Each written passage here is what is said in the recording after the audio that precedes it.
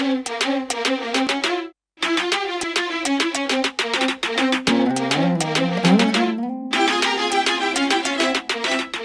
about a young guy who goes to meet up with his long-term girlfriend who's living in Spain, studying in Spain, and it doesn't really quite work out in the way that in the way that he hopes. You're in Spain. Yeah. What the hell are you doing here? So we're going to be talking about Granada Nights, which gets a UK release on May 28th and also screens at the UK Asian Film Festival a week later. So Natalie Barrass, who's in India, our ACB video editor, she watched Granada Nights, as I did. What did you think of Ben as a character? I thought he was a little bit of a wet blanket, if I'm honest. It's over. He's a bit easily moldable, I think, maybe. Whoever he's spending his time with, he seems to kind of go with the flow of what they're doing. But yeah, he's nice enough. He's a likable character. Yeah, I agree. He's a bit vacuous, and he is totally obsessed with this girlfriend, and he doesn't seem to have any interest in Granada or the culture or the people around him. He's just, all he wants to do is meet Helen, which seems very narrow-minded, really. I missed you. Ben, I don't love you anymore.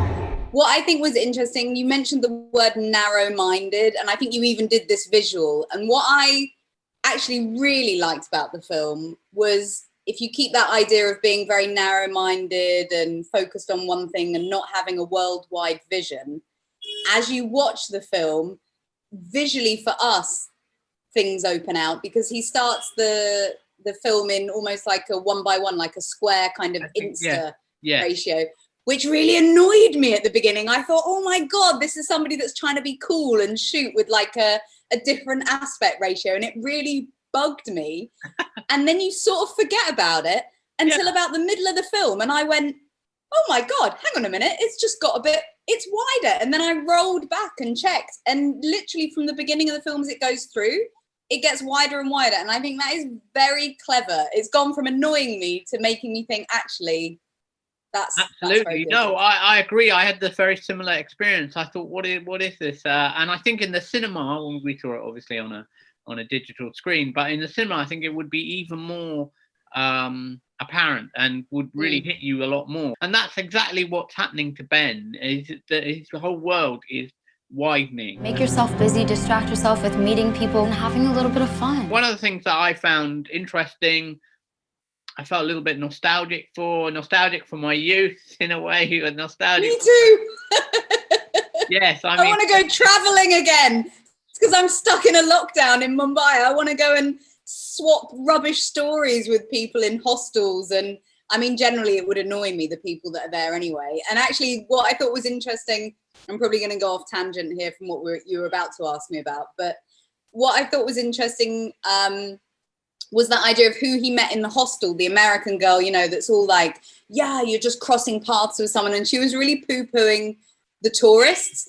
And then I think actually what we see by the experience of Ben and the fact that Ben gets to know locals and people from other cultures, and he's actually living there. You know, when you're traveling, there is this real issue between tourists and backpackers / travelers, you know, and I get that. But I think actually travelers are a little bit up their own bum sometimes as well. And I think when you really get a sense of a place is when you do stay long term there and you do live there. And I think that was a really interesting other element. I don't know whether he meant that, the director meant that to come across or not, but yeah. I think Ben actually had more of an authentic experience. What did you make of the other characters? I think it's a very young, attractive cast, you know, and they're in this city, and you get a real sense of that European kind of melting pot, and it's just another slight nostalgia is about Brexit and all that. And I did talk to the director Abid Khan about, and he did say we did think about it of having a kind of Brexit, you know,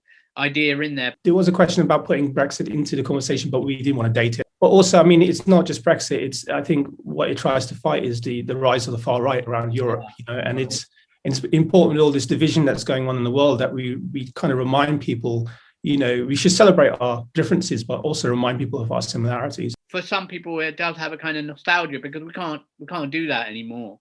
We you know, if you want to stay for a long time, you have to get a visa and all that, and it's just a lot more complicated than two years ago, you could just pitch up and stay as long as you liked, and it was a question of will the money last? Yeah, or you just get a job in a bar like he did, Exactly, didn't you? yeah, We can't do that anymore. Exactly, you could just get a job and then you'd be okay. And like him, he gets a job in a bar and it allows him to live and breathe in the whole atmosphere of Granada. I mean, I went many years ago and I don't really remember it. It is a very cultural city, and in a way, there was a character who I was quite intrigued by, the Pakistani. He needed developing more. He just appeared, spoke a little bit of Urdu. They had a cup of tea together, and then it was done. And I felt there could have been much more to him. And I mean, sometimes those sort of things feel a bit shoehorned in, because then they had a little in-depth talk about where is home and who you are and something like that. It's feeling, connection. I mean, how do you think the film addresses that whole issue of identity? Because it's not a big theme. I mean, Ben could be he could be white from London. It doesn't really make a lot of. No, I thought it was interesting that he was of Pakistani heritage, but he was very British, even down to the name and everything like that, and his attitude. But there was a line which I wondered was a little bit autobiographical, and I wonder if the director had mentioned that to you about, he was born and brought up in the UK, but still sometimes people call him Paki.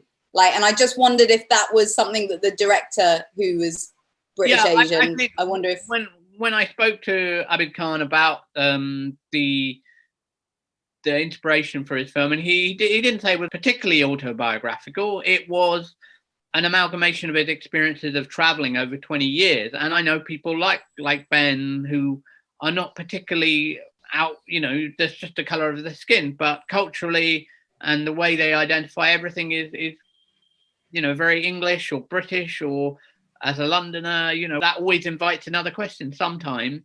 And I think what he was trying to say was that when we're all foreigners, when we go abroad and people say, where are you from? And you say, you're British. And okay, some people will get that and some people won't, depending on their level of understanding of kind of British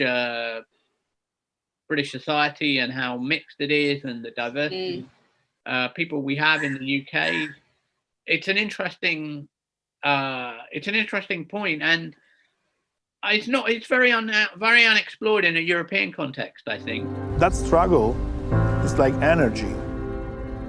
Yeah, well, I feel it. Just going back to that conversation that he has in the tea shop with the guy, and actually it draws parallels with the bar owner as well, because he talks at one point about being, I think, an illegal immigrant, or he's going to be chucked out basically because of his visa. People are just people, right? And the fact that one person can be here, a European kid on their Erasmus visa or whatever, they're fine to be here. But if you're working here and providing for those kids, and you've overstayed, then bye-bye. Or, you're having to set up your Moroccan tea shop or something, but that's not your culture. It does kind of raise interesting thoughts about who we are, and the fact that nobody, everyone is foreign, like you said, to a degree when you go to another place, but actually the whole of humanity is foreign. Nobody is from one singular place and has stayed there throughout generations, have they? Exactly.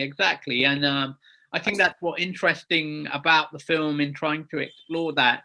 And in a European context where, again, a lot of people, a lot of different nationalities, and everybody, the power of English as well as a language, people are using language, even though they're in Spain. And of course, some of them speak good Spanish, but it is a language of communication. So if you feel it, you have to stay here and you have to embrace it. I enjoyed it, and I would give it 3.5 out of 5. Yeah, I think I'd agree with you. Okay, great. Sense of belonging.